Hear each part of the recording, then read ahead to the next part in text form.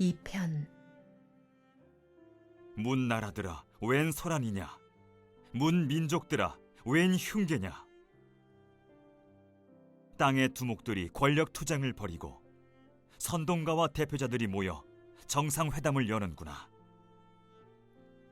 하나님을 부정하며 메시아께 대드는 그들, 하나님에게서 벗어나자, 메시아에게서 풀려나자 소리친다. 하늘 보좌에 앉으신 하나님께서 웃음을 터뜨리신다. 주제넘게 구는 그들을 가소로워하시다가 마침내 대노하신다. 불같이 노를 터뜨리시며 그들을 얼어붙게 만드신다. 내 이놈들, 시온에 엄연히 왕이 있거늘 거룩한 산 정상에서 그의 대관식 잔치가 열리고 있거늘. 하나님께서 이어 뭐라고 말씀하셨는지 알려주마. 그분께서 말씀하셨다.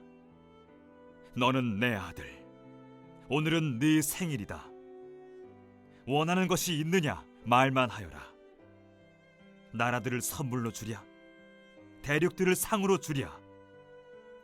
너는 그것들을 마음대로 갖고 놀다가 내일 쓰레기통에 던져도 좋다.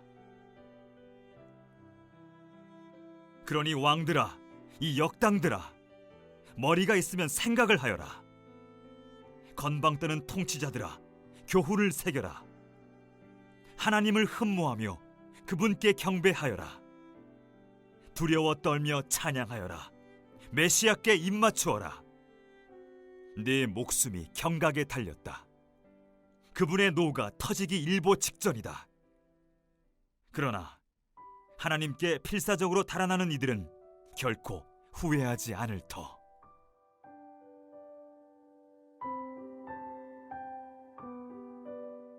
하나님 나라와 세상 나라, 하나님의 대안이신 메시아, 헛된 묵상, 헛된 야망에 대해 묵상해 보시기 바랍니다. 1절 3절입니다. 여호와 하나님은 절대 주권으로 온 세상을 통치하시는 우주의 왕이십니다. 그런데 이 왕을 대적하며 반역을 꾀하는 나라들이 있다 하는 사실에 시인은 경악을 금치 못하면서 어찌하여서 열방들이 소란을 피우고 결코 이룰 수 없는 헛된 일을 궁리하는가 라는 수사 의문문으로 시를 시작합니다. 2절에서는 더 구체적으로 그들이 모사가 무엇인지 밝히는데요. 열방의 왕들과 통치자들이 함께 모여서 여호와와 그의 기름 부음 받은 자에게 반역의 업무를 꾸미는 것이다 나타냅니다. 그의 기름 부음 받은 자는 메시아 왕을 지칭하는 것으로서 6절에 여호와가 세우시는 나의 왕과 연결됩니다. 3절에서는 더 구체적으로 그들의 말을 직접 인용하면서 그들의 저의를 적나라하게 드러냅니다. 그의 맨 것을 끊고 그의 결박을 벗어버리자, 즉 종속적 위치에서 복종하는 것을 벗어버리자 라고 하는 그 내용으로 드러내고 있습니다. 한 가지 언급할 것은 하나님께 대한 열방들의 반역과 대적은 이 시를 지은 시인의 시대에서만 일어나는 것이 아니라는 것이죠. 인류의 역사는 하나님께 대한 끊임없는 반역의 역사입니다. 창세기 11장 1절 이하에 나오는 바벨탑 사건은 전형적인 예지요. 인간은 모든 기술을 동원하여서 돌 대신 벽돌로, 진흙 대신 역청으로 견고하게 성과 탑을 건설합니다. 그 꼭대기에 하늘을 닿게 해서 우리 이름을 내고 흩어짐을 면하자 결의하지요.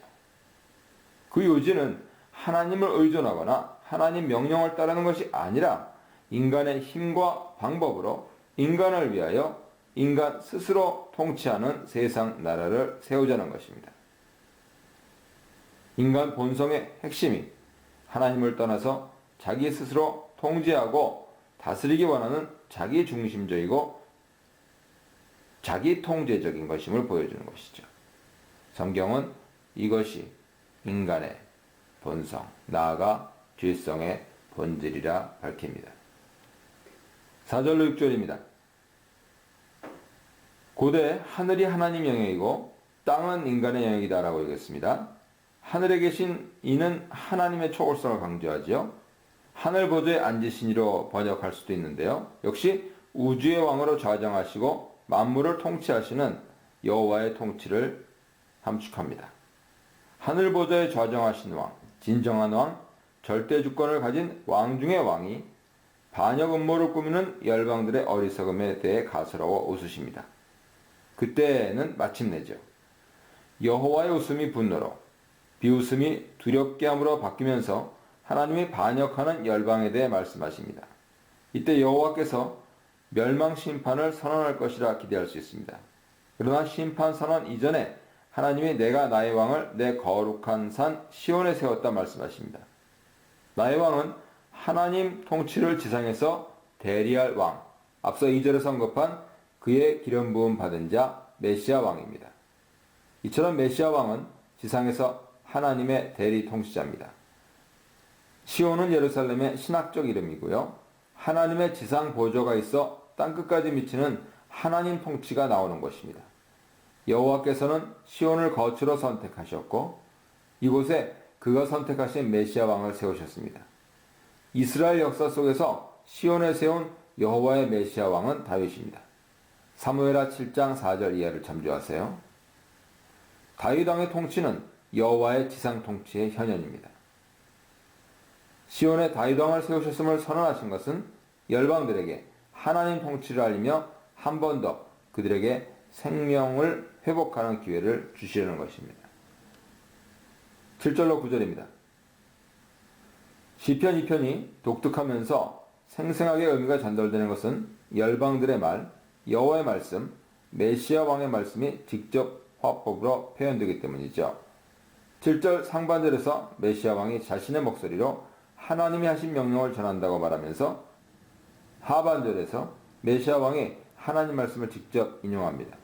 하나님은 자신이 세운 메시아 왕에게 너는 내 아들이라 오늘 내가 너를 낳았다 말씀하십니다.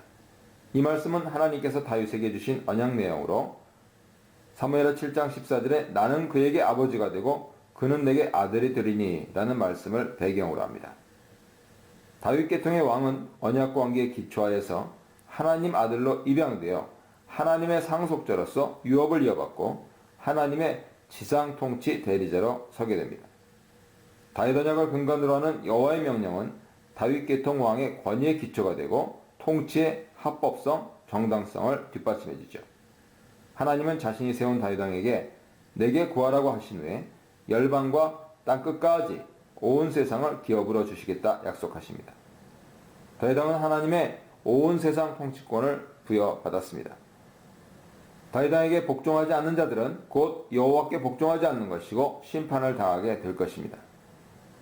다윗 왕이 그의 권세로 열방을 심판할 때 그들은 마치 질그릇 깨지듯 멸망당할 것입니다. 열방들이 질그릇같이 깨어짐은 세상의 강력한 제국이라도 다윗 왕의 통치 앞에서 쉽게 부서질 수 있음을 보여줍니다. 특히 히브리서 기자는 이 문맥들을 70인역에 의지하여서 그리스도께 바로 적용하고 있습니다. 10절로 12절입니다. 여호와께서 다윗 왕을 세우시고 온 세상 통치권을 부여하셨으므로 열방 왕과 통치자들에게 이를 깨닫고 받아들이라고 말씀합니다. 여호와를 대적하는 것은 헛된 일이니까 경외함으로 섬기며 떨며 즐거워하라고 권면합니다. 여호와를 섬길 때 그들이 생명을 얻고 기쁨을 누릴 것이지만 온 세상 통치권을 부여받은 그 아들에게 복종하지 않을 때 멸망할 것이라 경고합니다. 열방이 받아들여야 할 지혜며 교훈이지. 그의 진노가 급하심으로 신속한 심판이 이루어질 것이고 다른 기회는 없을 것입니다. 시편 2편은 여기서 무서운 경고로 마치지 않습니다. 여호와께 피하는 모든 사람이 행복한 자라고 선언함으로 마칩니다. 여호와께 피하는 것은 여호와의 도움과 보호를 받는 것으로 여호와를 의지하는 것이고 여호와를 신뢰하는 것이므로 자신을 온전히 여호와께 맡기는 것입니다.